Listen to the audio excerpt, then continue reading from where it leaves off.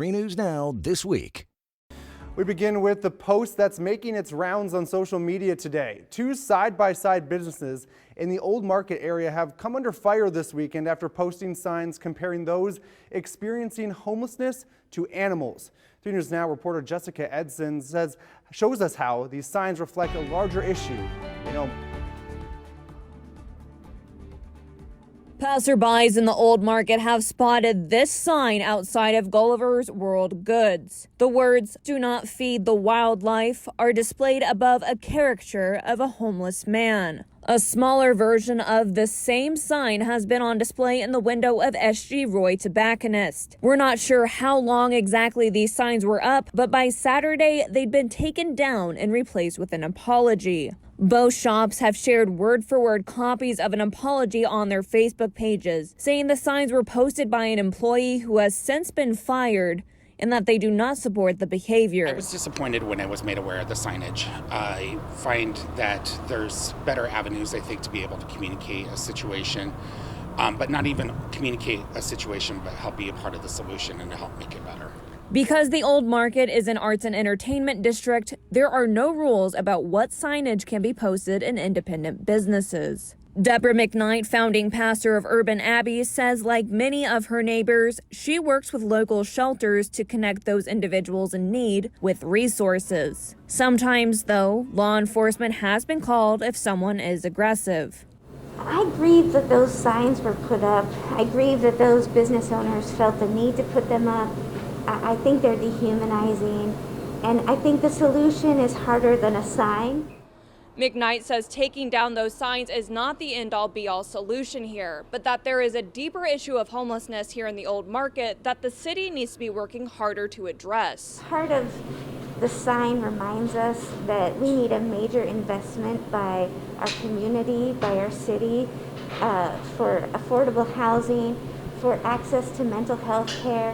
It reminds us that we need an investment in some of the models that other cities have been using, like housing first models. Allen agrees that larger conversations on a citywide basis need to be happening. I think there needs to be recognition that, safety is number one in mind, but not only is safety for individuals that are coming out that are patrons of the Old Market or patrons of other areas of the city, it's the safety of the homeless population as well. They're in a bad situation. We need to be cognizant of that. We need to be compassionate towards that and work to be part of the solution. Gulliver's added on Facebook that they want to be part of a positive conversation to solve problems. Reporting in Omaha, Jessica Edson, 3 News Now. Reporter Jessica Edson did visit those shops today to discuss the signs and plans to work towards solutions. Gulliver's doors were closed today, and the tobacco shop did not want to comment. As the medical community continues to learn more about COVID-19, we, the general public, learn right along with them. Now, towards the beginning of the pandemic, it looked as if COVID-19 was not affecting children as much as adults. Now, medical experts warn parents of a rare pediatric illness associated with the coronavirus. 3 News Now reporter Rudel Olsenaida has more on the mysterious illness that's seen a spike right here in the Omaha Metro. A rare but deadly post-COVID-19 illness is starting to cause concern within the local pediatric community. It's called multisystem inflammatory syndrome in children, or MISC, and symptoms can appear 2 to 6 weeks after COVID-19 infection, even if the child had no symptoms at all during that COVID-19 period. So nausea, vomiting, diarrhea, no appetite, aches and pains, a lot of muscle aches and pains. Headache is very common, and then we're seeing a lot of rash. MISC can inflame the heart, lungs, and brain. Over half the kids admitted to Children's Hospital Medical Center for MISC had to be admitted to the ICU. So the most severe cases have ended up on life support. And so for those patients, some of them have ended up on the ventilator. Medical experts have known about this illness for months. They've known MISC affects infants and teenagers. They've known children with underlying health conditions like obesity are a bit more at risk. But what they didn't expect is a spike in the area. Since November, we've really seen an uptick in our cases. And, we could speculate as to why that is. Is it because kids went back to school? Is it because of the holidays? No matter the reason, MIS-C cases are on the rise, and the illness is directly correlated with COVID. So protecting children from COVID-19 has to become more of a priority than ever before. I would just recommend to parents that they continue to follow the CDC guidelines and social distance, enforce masks and good hand hygiene in the home. And for those kids going back to school, the same concepts. Reporting in Omaha, Rudolph Sinaida, 3 News Now. Children's Hospital and Medical Center has seen their MIS-C cases grow, but with proper treatment and quick detention, they are happy to say that they've had 0 deaths associated with the illness. We'll have more information on what parents can look out for when it comes to MIS-C on our website, 3newsnow.com. We have to respect the outcomes of elections, and it's a great legacy of our country that we have honored that. And I think it's the most important, and I don't think all is lost. It's a day to turn the page. Representative Don Bacon was present at the inauguration, putting this video on Twitter, saying that we should be grateful to live in the greatest country in the world. And so today we pray for wisdom for the new president. In a phone call a few hours later with 3 News Now, Bacon said Biden gave a unifying speech and that he's a man of decency. He also was proud that the country held the ceremony just 2 weeks after an insurrection in the Capitol. Our Constitution survives, and that's a great thing for our kids, our grandkids. I want to pass on this legacy to our future generations. Another Nebraska Congressman Jeff Fortenberry said in a statement that he appreciates Biden's call for unity and that the president delivered a bridging inaugural address, a mix of old and new, a bow to the left, a hand to the right, progressivism and tradition, Lady Gaga and Garth Brooks. Here in Nebraska, Precious McKesson says she was emotional during the ceremony. Now, she helped Biden win Nebraska's 2nd district and was the state's electoral vote for the new president. After that hard-fought campaign, she says Wednesday was about coming together. They're just not the representatives for the Democrats. They are represent for all Americans, and they represent all of us now. And so hopefully we can move forward and really start this healing process, because we're all in this together. We also witnessed the first woman to assume the vice presidency. McKesson says that has a big impact for women and girls watching across the country. For so long we have had to fight our way into just party politics, no matter what side of the aisle you're on. You have to really fight to get in there. While the tough step of governing comes next, Nebraskans hope the peaceful transfer of power brings Americans together. In Omaha, John Kipper, 3 News Now. It's simple in theory. You go to DouglasCountyHealth.com and sign up to be notified for COVID vaccine information. But the effort is a lot more advanced than that. The Douglas County Health Department launched their vaccine notification website so those over the age of 65 and those with serious medical conditions can begin the process of getting vaccinated. Phase 1B group got updated very recently to include everyone over 65 and people with underlying conditions. And so, and that's a very big group. And people were very anxious to make sure that they, are updated as soon as we can get vaccine to them. That big group can now go on to the Douglas County Health Department website and be put on a notification list. So as soon as vaccine registration begins, they'll be the first to know.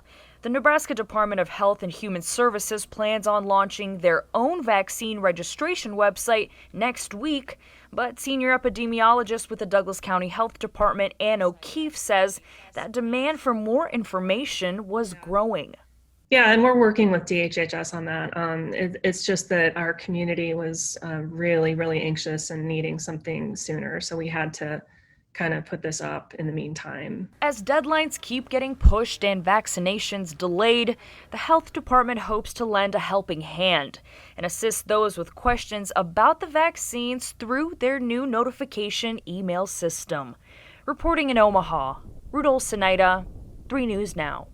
Methodist Women's Hospital is starting the year off with 15 times the bundles of joy. It's an amazing thing. It rarely does happen that we have 5 sets of triplets in the unit at the same time. The NICU is currently home to 5 sets of triplets, a record number for the hospital. It's not that common Twins, yeah. Singles, yes. But triplets, not that common. The Seals family had been trying to conceive for 3 years after experiencing a miscarriage in 2017. Now they've been blessed with not 1, but 3 babies. It was quite a shock and took, quite a few weeks to for it to really hit before I think we really took it all in, I guess. Stevie, Otis, and Sutton are the Seals' first children. Going straight to 3 kids is a change they weren't quite expecting, but one that's brought them joy.